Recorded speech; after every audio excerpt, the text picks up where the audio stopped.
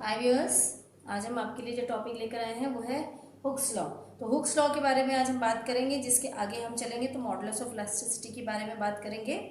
और ये जो हमारे पास मॉडुलस ऑफ इलास्टिसिटी कैसे मिलती है, मैंने आपको पिछले वीडियो में बताया था, जिसमें हमने deformation of in a body की बात की थी।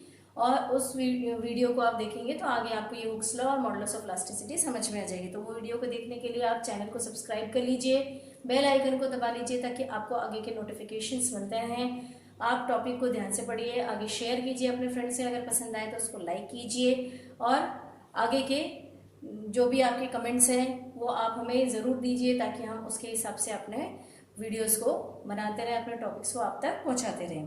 तो ये जो हम बात कर रहे हैं हुक्स लॉ की, ये हुक्स लॉ हमें किसने दिया था? 1679 में हुक्स ने दिया था। रॉबर्ट हुक्स नाम था उनका। तो रॉबर्ट हुक ने कब दिया था? 1679 में किसने दिया था? रॉबर्ट हुक्स ने। रॉबर्ट हुक्स ने आपको ये दिया था कब? 1679 में। ये हमारे कहना चाह रहे हैं कि इसमें स्टेटमेंट जो इन्होंने दिया था वो डिपेंड कर रहा था कि जो हमारे पास लिमिट ऑफ इलास्टिसिटी थी, ये कह रहे थे कि हमारे पास जो किसी भी मटेरियल को अगर हम कंसिडर करते हैं तो उसकी जो इलास्टिसिटी की लिमिट है, उस लिमिट के अंदर यदि हम कोई फोर्स अप्लाई करते हैं बॉडी पे तो जो स्ट्रेन प्रोड्यूस होता है that is proportional to that stress. तो within the limit of elasticity, strain produced in a body is directly proportional to stress. Stress is proportional to strain. Strain is produced in the body when strain is applied within the limit of elasticity. Limit of elasticity.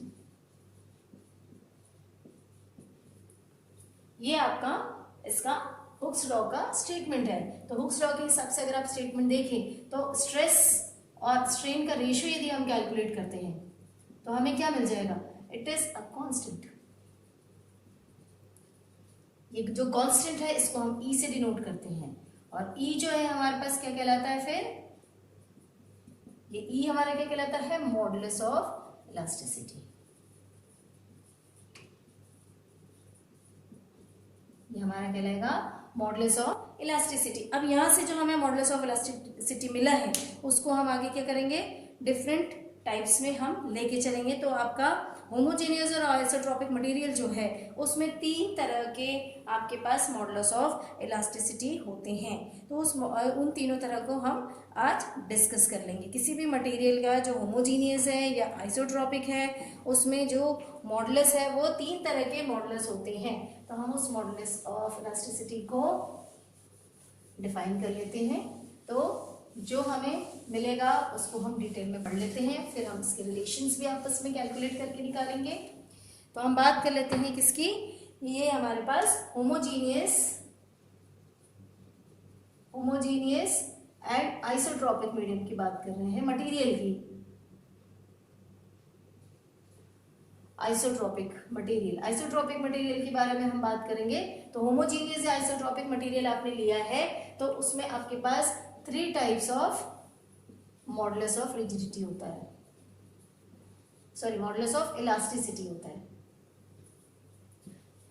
जो modulus of elasticity है वो 3 types के हैं। पहला हमारे पास Young's modulus, दूसरा हमारे पास bulk modulus, चौथा हमारे पास है मॉडुलस ऑफ तीसरा जो हमारे पास है it is modulus of rigidity. तो सबसे पहला है आपके पास Young's modulus, YOUNGS, Young's modulus, जिसको हम Y से डिनोट करते हैं। सेकंड हमारे पास जो है वो है बल्क मॉडुलस, इसको हम कैपिटल K से डिनोट करते हैं। थर्ड हमारे पास है मॉडुलस ऑफ रिजिडिटी, इसको हम ईटा से डिनोट करते हैं। ये 3 मॉडुलस है जिसके बारे में आज हम डिटेल में पढ़ेंगे। और इसको हम जब डिटेल में पढ़ेंगे तो जो हमारे पास इसके फॉर्मुलेशंस निकलेंगे उसको हम आपस में रिलेट भी करेंगे। जैसे हम जो हमारे पास मॉडुलस ऑफ यंग्स मॉडुलस है उसका y है, y k के साथ कैसे रिलेटेड है, और k जो है वो हमारे पास जो है ईटा और y से कैसे रिलेटेड है, ईटा जो है हमारे पास वो y और k से कैसे रिलेटेड है, आपस में एक दूसरे का रिलेशन निकालेंगे, इंपॉर्टेंट टॉपिक है वो।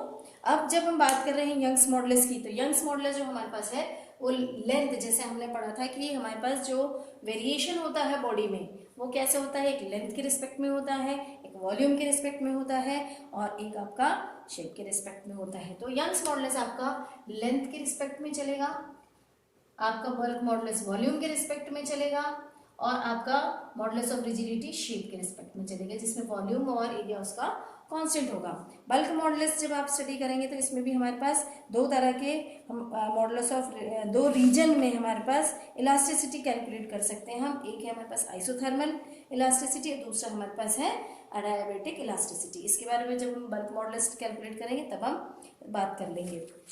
तो अभी हम बात करते हैं यंग्स मॉडुलस की। यंग्स मॉडुलस में जैसे मैंने आपको बताया लेंथ के रिस्पेक्ट में चलेगा, तो जब लेंथ के रिस्पेक्ट में ये हमारे पास चलेगा तो हम ये कहते हैं कि इफ, हमने एग्जांपल से समझ लेते हैं, इफ कैपिटल एल ले लीजिए या तो स्मॉल एल, जो भी आपको लेना है, if L is the length of the material, if L is the length या ओरिजिनल लेंथ ऑफ मटेरियल, जो भी बॉडी आप ले रहे हैं, वायर भी हो सकता है और कोई बॉडी भी हो सकती है, तो जब आपका ओरिजिनल लेंथ है L plus small L is a increase in the original length. कब होगा? जब आप इस पे प्रेशर लगाते हैं। तो L is the length and L plus is the increase in the length, तो टोटल चेंज इन लेंथ कितना आ जाएगा आपका? चेंज इन लेंथ और variation in length is given by L plus L minus L. Original length आप minus कर दोगे तो आपको क्या मिल जाएगा? स्मॉल एल मिल जाएगा। तो आपके पास जो स्मॉल एल आया है that is the change in the length. अब आप ये लगा दीजिए कि लॉन्गिट्यूडनल स्ट्रेन क्या होगा। तो लॉन्गिट्यूडनल स्ट्रेन क्या होगा? Rate of change of length by original length. तो आपका change in length by original length, तो ये आपका आ गया लॉन्गिट्यूडनल स्ट्रेन। तो लॉन्गिट्यूडनल स्ट्रेन आपको कितना मिल गया? Change in length of the body और a wire by its original length. अब यहाँ पे हम बात कर रहे थे किसकी? यंग्स मॉडुलस की। तो ये यंग्स मॉडुलस हमारे पास क्या है? Young's modulus means modulus of rigidity का एक पार्ट है, जो हमें कैसे मिलेगा? जब हम स्ट्रेन भी लगाएंगे। तो हमारे पास ये जो हमारे पास लॉन्गिट्यूडनल स्ट्रेन आया है, इसमें यदि हम स्ट्रेस लगा दें तो वो हमारा कहलाएगा longitudinal stress with in the limit. तो लॉन्गिट्यूडनल स्ट्रेस क्या होगा? It is the stress applied on per unit change in the length of the material. ये हमारे पास क्या हो जाएगा? Longitudinal stress. तो लॉन्गिट्यूडनल स्ट्रेस अगर हम कैलकुलेट करके चलें तो लॉन्गिट्यूडनल स्ट्रेस हमारे पास कैसे मिलेगा? Longitudinal stress force per unit area, क्योंकि हम क्या कर रहे हैं? लॉन्गिट्यूडनल स्ट्रेन जितना हमें मिला है लेंथ पर चेंज इन द लेंथ, उस चेंज इन लेंथ में यदि हम प्रेशर अप्लाई करते हैं या मटेरियल को हम उस वायर पे हैंग करते हैं, तो जो भी हमारे पास स्ट्रेस लगेगा या फोर्स लगेगा वो हमारा पर यूनिट एरिया होगा, तो वो हमारा कहलाएगा लॉन्गिट्यूडनल स्ट्रेस। तो अब हम यदि डिफाइन करें यंग्स मॉडुलस को, ये मॉडुलस यंग्स मॉडुलस को, तो क्या होगा? Stress applied on per unit length on change length per unit area of a material. कहने का मतलब ये है कि जब मटेरियल में हम वेट लटकाते हैं तो उसकी लेंथ में इंक्रीमेंट होता है, और उस इंक्रीमेंट के एक यूनिट क्रॉस सेक्शन एरिया पे यदि हम फोर्स लगाते हैं तो वो हमारा कहलाता है लॉन्गिट्यूडनल स्ट्रेस। अब स्ट्रेस बाय स्ट्रेन हमें पता है मॉडुलस ऑफ इलास्टिसिटी होता है, तो यंग्स मॉडुलस भी क्या होगा हमारे पास? Stress by strain. तो लॉन्गिट्यूडनल डायरेक्शन में है, तो longitudinal stress by longitudinal strain, ये आपको मिल जाएगा मॉडुलस ऑफ यंग्स मॉडुलस आपको y मिल जाएगा। y is equal to longitudinal stress by longitudinal strain. अभी आपने कैलकुलेट करके निकाला, लॉन्गिट्यूडिनल स्ट्रेस क्या था, फोर्स पर यूनिट एरिया, और लॉन्गिट्यूडिनल स्ट्रेन क्या था, length per unit original length. ये आपको मिल गया है। अब यहाँ पर यदि आप इसे कैलकुलेट करके निकाल रहे हैं तो यहाँ हमारे पास ध्यान से यदि हम देखते हैं इसको, तो अगर हम पर यूनिट एरिया ले रहे तो एक की वैल्यू क्या हो जाएगी, 1 मीटर स्क्वायर हो जाएगी। तो यहाँ पर यूनिट एरिया के हिसाब से एक की वैल्यू हो गई 1 मीटर स्क्वायर, 1 मीटर स्क्वायर। और जो हमने लेंथ अगर लिया है, इफ चेंज या increase in length is nearly equal to original length, अगर ये दोनों ओरिजिनल लेंथ के बराबर ही है, बहुत ज़्यादा इंक्रीमेंट ही नहीं हुआ है लेंथ में वायर के, तो ये आपको क्या मिल जाएगा, यहाँ पर L/L 1 हो जाएगा और आपके पास y is equal to F बचेगा, y is equal to F बचा, और f is equal to mass into acceleration. Acceleration क्या है यहाँ पे, एसेलरेशन ड्यू टू ग्रेविटी। तो मास इंटू एसेलरेशन जो आपका बचा था, मास ऑफ द मटेरियल जो आपने लिया है, और d is acceleration due to gravity. अब यहाँ पर जो आपको मिला है उसका आप डायमेंशनल फॉर्मूला निकाल सकते हैं। यूनिट है, यूनिट क्या है इसकी, मास, फोर्स की यूनिट होती है आपके पास न्यूटन, और आपके पास एरिया की यूनिट क्या है, मीटर, क्योंकि 1 मीटर है आपके पास, तो ये हो जाएगा न्यूटन पर मीटर स्क्वायर। और आपने इसका डायमेंशनल फॉर्मूला पहले भी निकाला है, वही इसका डायमेंशनल फॉर्मूला भी होगा। डायमेंशनल फॉर्मूला क्या हो जाएगा, ml-1 t-2, ये आपका डायमेंशनल फॉर्मूला है। तो डायमेंशनल फॉर्मूला जो आपको मिला है यहाँ पर, वो डायमेंशनल फॉर्मूला क्या होगा, same as that of the जो हम इसको कैलकुलेट पहले भी करके मैंने आपको बताया है पिछले वीडियो में, तो आप चाहे तो उसको पिछले वीडियो से चेक कर सकते हैं। तो यहाँ पे हमारे पास यंग्स मॉडुलस का डायमेंशनल फॉर्मूला क्या हुआ, ml-1 t-2, जो यूजुअली हर सॉलिड का मेजरमेंट में निकलता है। इसमें एक क्वेश्चन हमारा पूछा जाता है कि यदि हमने एक स्टील और स्टील मटेरियल लिया है और हमने एक रबर का मटेरियल लिया है, तो इलास्टिसिटी किसकी ज़्यादा होगी। ये क्वेश्चन ज़्यादातर पूछा जाता है कि आपके पास 2 मटेरियल हैं, एक आपके पास है स्टील और दूसरा आपके पास है रबर। तो रबर ज़्यादा खींचता है, लंबा हो जाता है, बहुत जल्दी लंबा हो जाता है, जैसे फोर्स लगता है आप उससे हाथ से भी खींच सकते हैं। पर स्टील की बात करें यदि हम, तो स्टील जो है उसकी जो स्ट्रेंथ है वो ज़्यादा होती है, उसको हम हाथ से नहीं खींच पाते। तो मॉडुलस ऑफ रिजिडिटी ज़्यादा किसकी होगी ये हमें पता होनी चाहिए, क्योंकि जब हम बात करते हैं कि कोई भी एग्जाम्पल की, तो हम डायरेक्टली ऐसे देख के बोल देते हैं, हम देखते हैं उसके इस आधार पे बोल देते हैं, लेकिन यहाँ पर ऐसा नहीं होगा। अब यहाँ पे यदि हम बात करें मॉडुलस ऑफ यंग्स मॉडुलस की, कि स्टील की ज़्यादा होगी इलास्टिसिटी या फिर रबर की ज़्यादा होगी, तो उसको हम कैलकुलेट करके निकाल लेते हैं। कैसे कैलकुलेट, इसका यंग्स मॉडुलस लिख लेते हैं।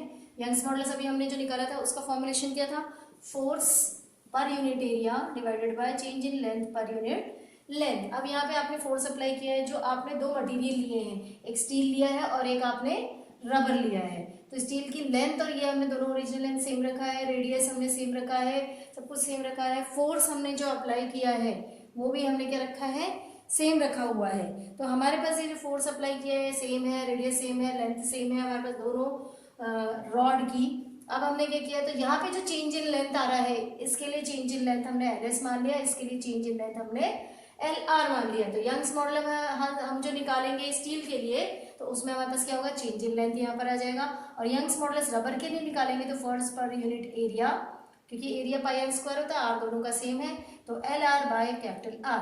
जब इन दोनों का आप रेशियो कैलकुलेट निकाल के करेंगे, YS बाय YR कैलकुलेट करेंगे, तो यहाँ पर आपको क्या हो जाएगा, उल्टा आ जाएगा, LR बाय LS। अगर आप ध्यान से देखिए ये इनवर्सली प्रोपोर्शनल हो रहे हैं एक दूसरे के, और हमें पता है कि जब हम लेंथ की बात करेंगे, जब हम वेट लटकाएंगे चाहे स्टील रॉड में चाहे रबर की रॉड में, वेट भी हमने सेम लिया है। अगर हमने वेट W ले लिया है दोनों में, तो change in length of rubber वो ज्यादा होगा, मीन्स यहाँ पे LR क्या होगा, ज्यादा होगा एज कम्पेयर टू LS। ये तो सभी जानते हैं। तो यहाँ पे मॉडुलस कैसा हो जाएगा, यंग्स मॉडुलस में अगर हम ध्यान दें तो modulus of steel will be greater than modulus of rubber.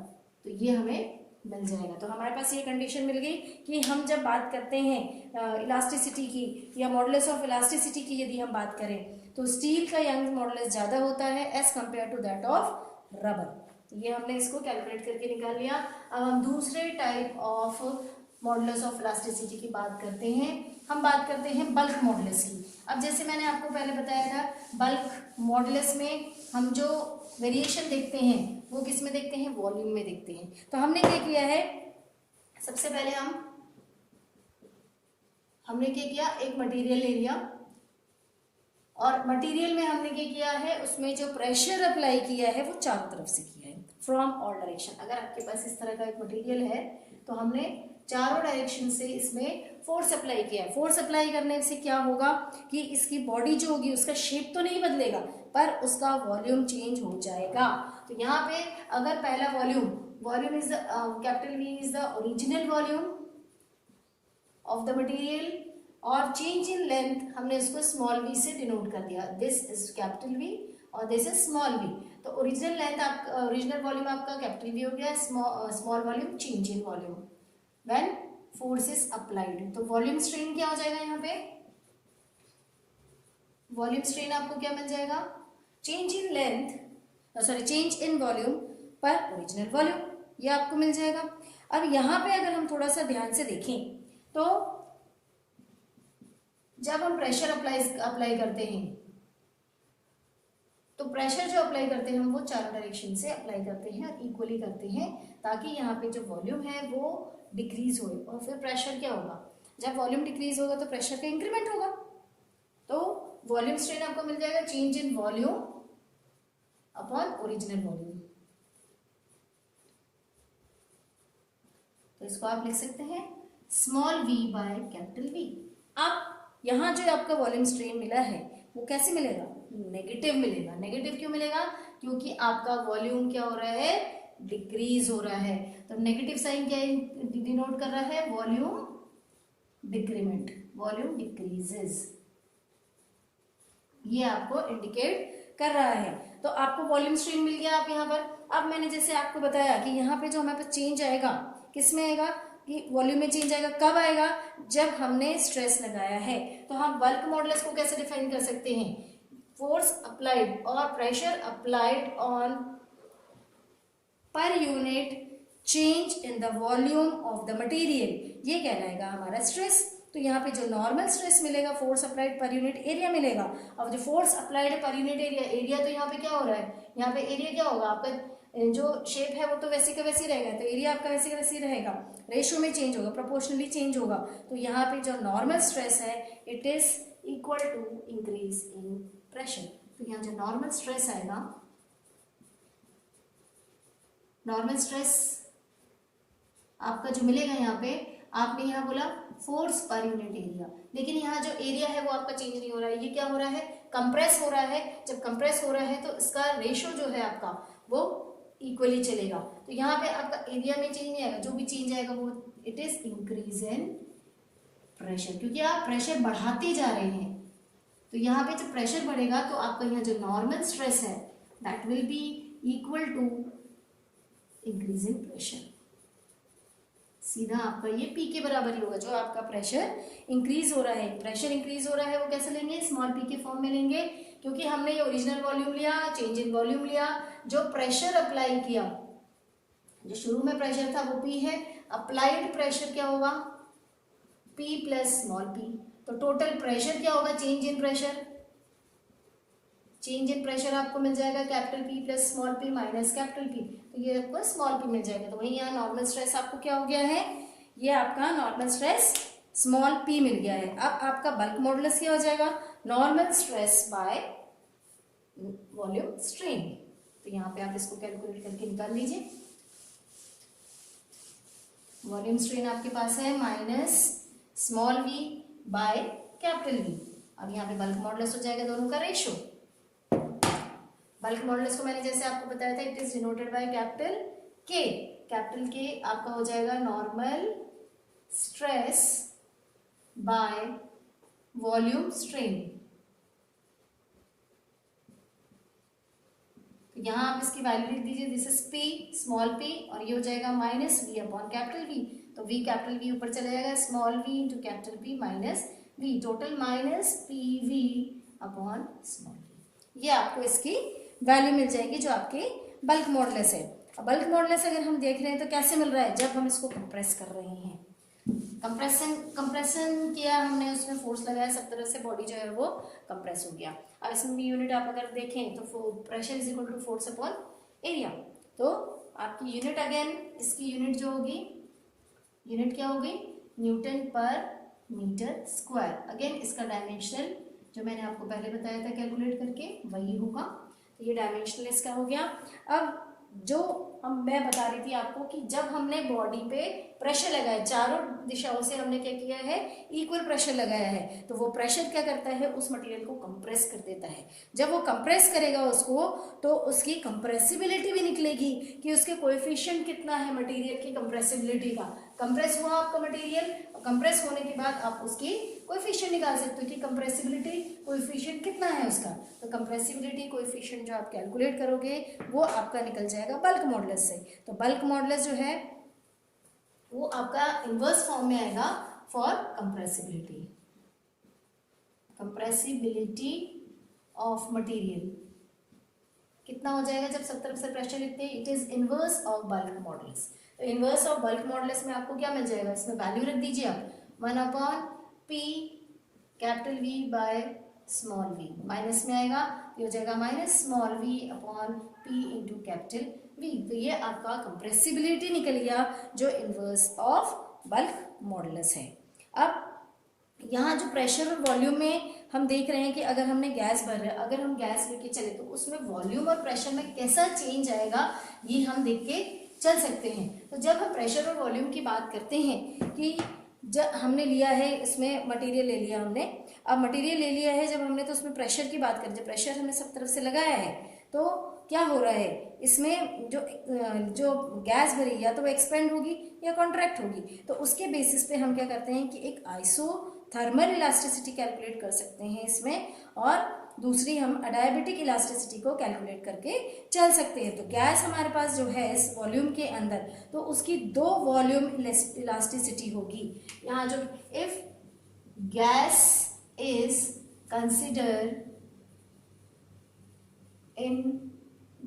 Inside the material, inside material अगर हमने गैस को कंसिडर करके चल रहे हैं तो इसका चेंज इन वॉल्यूम हमको मिलेगा, चेंज इन वॉल्यूम हमें मिलेगी। तो वॉल्यूम चेंज जब मिलेगा तो प्रेशर भी चेंज होगा, और इससे हमें 2 तरह की वॉल्यूम इलास्टिसिटी हमें मिलेगी। एक है हमारे पास आइसोथर्मल, दूसरा है हमारे पास अडायाबेटिक।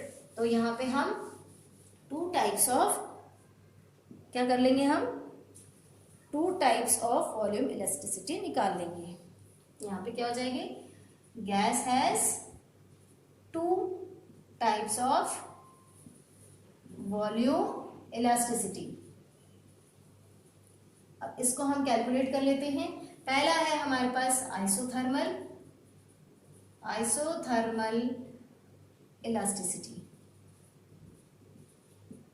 दूसरा हमारे पास जो है वो है अडायाबेटिक, अडायाबेटिक इलास्टिसिटी। ये जो हमारे पास दोनों कंडीशन है इसमें हम इलास्टिसिटी को कैलकुलेट करके चल लेते हैं। तो सबसे पहले हम आइसोथर्मल की बात कर लेते हैं। तो हम यहाँ पे क्या करते हैं, सबसे हम पहले हम जो मास ऑफ गैस ले रहे हैं, मास ऑफ गैस तो कांस्टेंट होगा, जितना आपने डाला उतना ही आपके पास होगा उसके अंदर, बॉडी के अंदर में, तो वो तो चेंज नहीं हो सकता है। तो आपका जो मास है वो फिक्स है। और जब हम इसमें जो गैस हमारे पास उसमें हम प्रेशर बढ़ा रहे हैं, तो ओरिजिनल प्रेशर हमने क्या लिया था, P, टोटल बढ़ के क्या हो गया, P plus small p, original pressure plus change in pressure. तो इतना जब हम प्रेशर बढ़ा रहे हैं तो डिक्रीमेंट इन द वॉल्यूम हमको कितना मिलेगा, ओरिजिनल वॉल्यूम हमारे पास कैपिटल V था, स्मॉल वॉल्यूम हमारे पास स्मॉल, चेंज इन वॉल्यूम कितना था, स्मॉल v। तो यहाँ पे अभी हमने देखा है PV is equal to constant. तो बॉयल्स लॉ जब ओबे होता है, बॉयल्स लॉ क्या कहता है, PV is equal to constant. PV हमारे पास क्या है, कांस्टेंट है। अब यहाँ पे P में चेंज कितना है, P प्लस स्मॉल पी, यहाँ वॉल्यूम में चेंज कितना है पी माइनस स्मॉल वी, तो मतलब अगर ये कांस्टेंट है तो यहाँ जो चेंज आपको मिलेगा P plus small P into V minus small V, वो भी कांस्टेंट होगा, तो ये दोनों वैल्यू आपकी बराबर होगी। तो यहाँ से आपको मिल जाएगा P plus small P into V capital V minus small V is equal to constant. अब ये दोनों कांस्टेंट है तो दोनों की वैल्यू सेम होगी, क्योंकि रियल गैस आपने लिया है, तो रियल गैस के हिसाब से दोनों को आप इक्वेट करके चलेंगे, तो आपको यहाँ पर मिल जाएगा कि आपके पास आइसोथर्मल इलास्टिसिटी में इसकी वैल्यू, आपको प्रेशर चेंज की वैल्यू या ओरिजिनल प्रेशर की वैल्यू कितनी है ये आप कैलकुलेट कर सकते हो। तो आपका पहला है पीवी, दूसरा है आपका capital P plus small P into capital V minus small P. आप इसको मल्टीप्लाई करके निकाल लीजिए, तो यहाँ पे आपको मिल जाएगा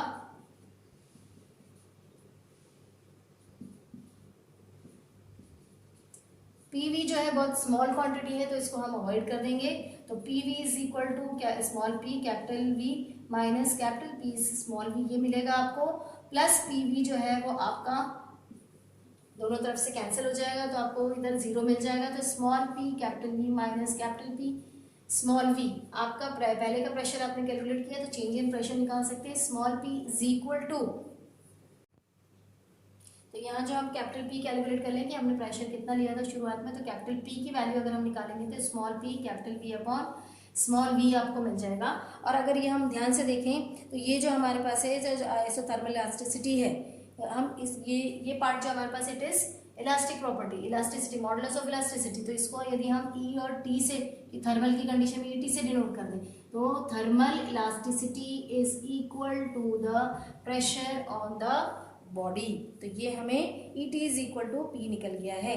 तो थर्मल वॉल्यूम इलास्टिसिटी एक आइडियल गैस की is equal to the original pressure, तो ये हमें वैल्यू मिल गई है। अब दूसरी हम बात करें अडायाबेटिक इलास्टिसिटी की। अडायाबेटिक इलास्टिसिटी जो हमारे पास इसके अंदर पार्ट है, अभी हमने आइसोथर्मल की बात की, अभी हम अडायाबेटिक की बात कर लेते हैं। तो अडायाबेटिक में हम क्या करेंगे, यहाँ पर डायबिटिक में जो हमारे पास वॉल्यूम और प्रेशर यहाँ जो चेंजेस मिल रहे हैं उसमें ये पॉइजन्स लॉ लगता है, और वही कहता है P V to the power gamma is equal to constant. तो हम ये सेकंड वाला पार्ट निकाल रहे हैं, इसमें बी वाला पार्ट क्या है, अडायाबेटिक इलास्टिसिटी। अडायाबेटिक इलास्टिसिटी की बात कर रहे हैं, तो इसमें हमारा लग जाता है Poisson's ratio, Poisson's law. Poisson's law जब हम लगाते हैं इसमें तो वो क्या कहता है, हमने पिछले वाले में क्या लगाया था, आइसोथर्मल में हमने लगाया था आपका बॉयल्स लॉ, यहाँ पे पॉइजन्स लॉ लगेगा, तो पॉइजन्स लॉ ये कहता है P V to the power gamma is equal to constant. यहाँ हम फिर दोनों पी और वी जो चेंज इन प्रेशर और वॉल्यूम मिला है उसको सब्स्टिट्यूट कर लें। चेंज इन प्रेशर कितना था, P plus small V, sorry P plus small P into V minus small V to the power gamma, sorry Y to the power gamma है, कोई होल में नहीं है, y minus v minus small v to the power gamma is equal to p v to the power gamma, ये हमें मिल जाएगा।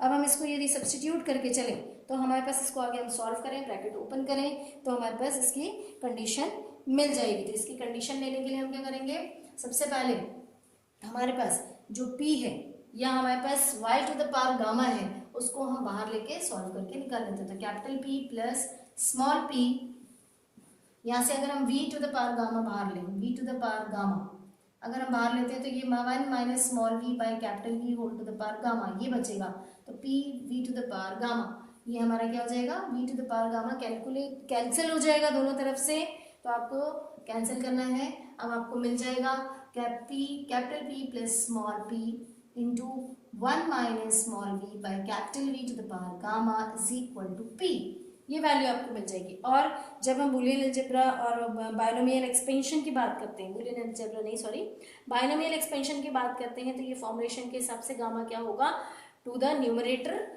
Multiply हो जाता है, तो capital P plus small p 1 minus gamma small v upon capital V is equal to p आपको मिल जाता है। अब आप इसको फर्दर सॉल्व करेंगे तो आपके पास कैपिटल P कैंसिल हो जाएगा, जब ब्रैकेट ओपन करेंगे इसको मल्टीप्लाई करके, तो यहाँ पर आपकी वैल्यू जो आएगी small p into small v, बहुत छोटी वैल्यू है तो वो आपकी क्या हो जाएगी, कैंसिल हो जाएगी।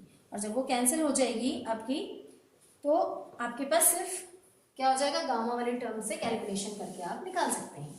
तो इसको हम कैलकुलेट कर लेते हैं। चलिए हम ब्रैकेट ओपन कर लें, पहले ब्रैकेट ओपन करें पहले यहाँ से, तो आपको मिल जाएगा p plus small p into 1, तो ये आपका हो जाएगा capital P plus small p, क्योंकि 1 से मल्टीप्लीकेशन में यही मिलेगा, प्लस p इंटू दिस, तो यहाँ पे माइनस साइन आ जाएगा, minus capital P gamma small v by capital V, और फिर उसके बाद स्मॉल p से आप मल्टीप्लाई कीजिए तो minus small p gamma small v by capital V is equal to capital P। दोनों तरफ से p कैंसिल हो जाएगा, p आपका कैंसिल हो गया, स्मॉल v है तो small p small v, small quantity है, वेरी स्मॉल वैल्यू है, तो इसको आप ओमिट कर सकते हैं। यहाँ से कैपिटल P कैंसिल हो जाएगा, तो यहाँ से आपका बचेगा small p minus p gamma small v by capital V is equal to 0। अब यहाँ से आप वैल्यू निकाल सकते हैं, किसकी वैल्यू निकालेंगे आप, कैपिटल P की वैल्यू आप निकाल के देख लीजिए तो आपको क्या मिलता है, क्योंकि हम इसको बल्क मॉडुलस के इक्विवेलेंट करेंगे, तो बल्क मॉडुलस के लिए इक्विवेलेंट जब हम करेंगे तो यहाँ से अगर हम ध्यान से देखें तो ये P इस तरफ गया हमारे पास, capital P into gamma small v by capital V is equal to small p, ये कैपिटल P यहाँ कैपिटल V ऊपर चला जाएगा, gamma v is equal to small p into capital V। अब ये सिर्फ v यहाँ जाएगा तो हमारे पास वैल्यू क्या हो जाएगी, it will be equivalent to bulk modulus या मॉडुलस ऑफ इलास्टिसिटी। अब ये मॉडुलस ऑफ इलास्टिसिटी यदि आप निकालेंगे तो ये वैल्यू आपका ई टी के बराबर होगा, तो यहाँ जो ई टी है आपका, आप ई टी ना होके क्योंकि यहाँ पे गामा जुड़ा हुआ है तो ये किसका हो जाएगा, अडायबेटिक का है, तो अडायबेटिक में ई एस के फॉर्म में चलेंगे। तो यहाँ पे हमारे पास adiabatic volume elasticity of an ideal gas is the product of the original pressure and the specific heat ratio. और ये गामा हमारे पास क्या है, गामा है हमारे पास Cp बाई Cv, जो स्पेसिफिक हीट हम लेते हैं at constant pressure and constant value volume, इसका रेशो है। और यदि हम अडायबेटिक इलास्टिसिटी और आइसोथर्मल इलास्टिसिटी का रेशियो निकाले तो वो गामा के बराबर होगा, क्योंकि उसमें P था और यहाँ पे P गामा है, तो P गामा बाय P अगर हम निकालते हैं तो हमें क्या मिल जाएगा, सिर्फ गामा, जो कि वैल्यू स्पेसिफिक हीट के रेशियो के बराबर है constant pressure and constant volume.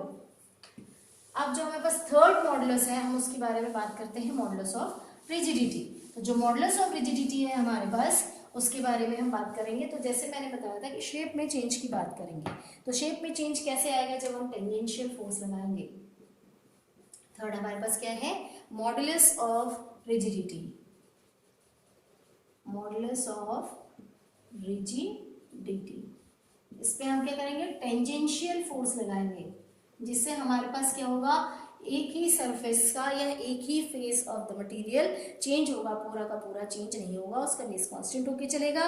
तो हम इससे मॉडुलस ऑफ रिजिडिटी निकाल लेते हैं। तो टेंजेंशियल स्ट्रेस हम लेंगे और टेंजेंशियल स्ट्रेन लेंगे। तो टेंजेंशियल स्ट्रेस और स्ट्रेन हमारा क्या करेगा, सिर्फ और सिर्फ एंगल में चेंज को प्रोड्यूस करेगा। तो यहाँ पे टेंजेंशियल फोर्स अप्लाई किया हुआ है, टेंजेंशियली अप्लाई किया हुआ है फोर्स, तो उससे क्या होगा, जो हमारे पास शेयर स्ट्रेन और शेयर स्ट्रेस मिलेगा, जो कि एंगुलर चेंज के फॉर्म में होगा, जो एंगल में चेंज आएगा, जो भी एंगल आपका शिफ्ट हो रहा है जिस एंगल से, जैसे मैंने आपको बताया था कि हमने क्यूबिक मटेरियल ले लिया, ये हमने क्यूबिक मटेरियल लिया, अब हमने टेंजेंशियली फोर्स लगा, अगर इस तरफ को हमने टेंजेंशियली फोर्स लगा दिया है तो क्या होगा, जैसे हमने ये फोर्स यहाँ पे लगाया तो ये शिफ्ट हो जाएगा, शिफ्ट होके यहाँ ऐसा पहुंच जाएगा।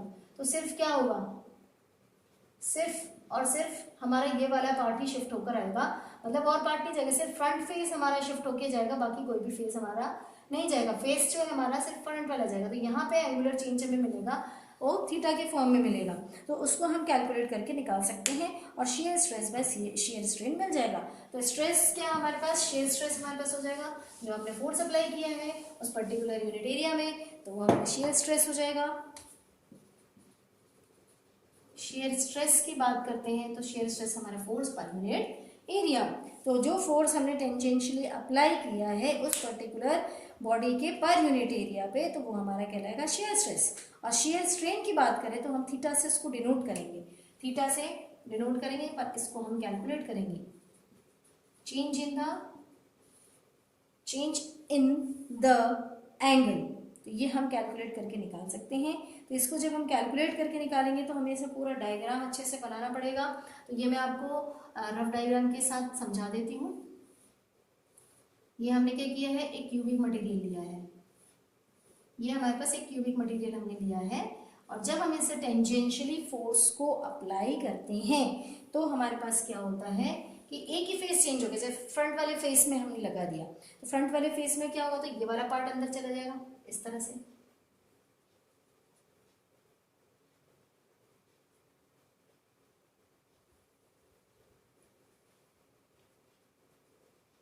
ये शिफ्ट होगा ऊपर वाला पोर्शन, और आपका यहां से ये पोर्शन शिफ्ट होगा, तो ये थोड़ा सा आगे चला जाएगा आपका।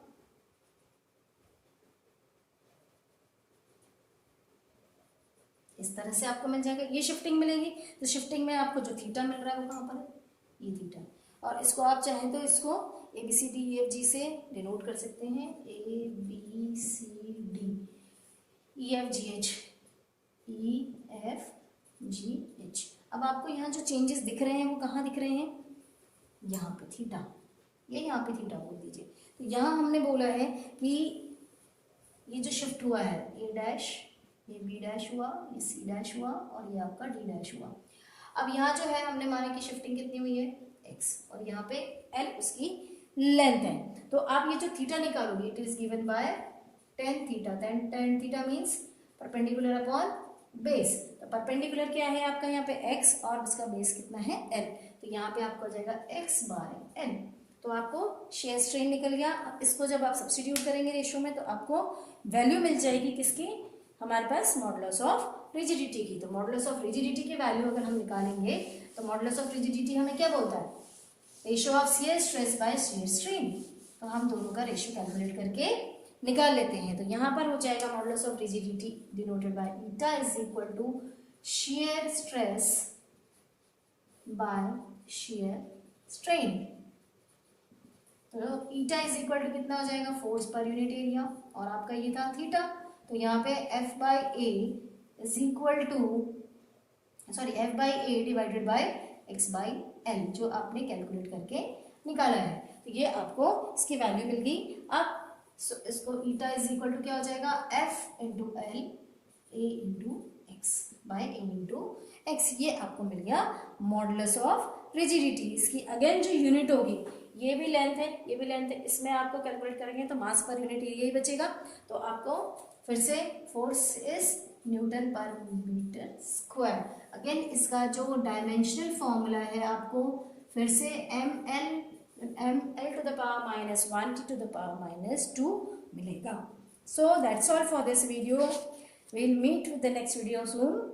जो भी आपको डाउट है आप इसमें प्लीज़ कमेंट करके भेजिए, हम उसको एक्सप्लेन करने की कोशिश करेंगे। Thank you viewers.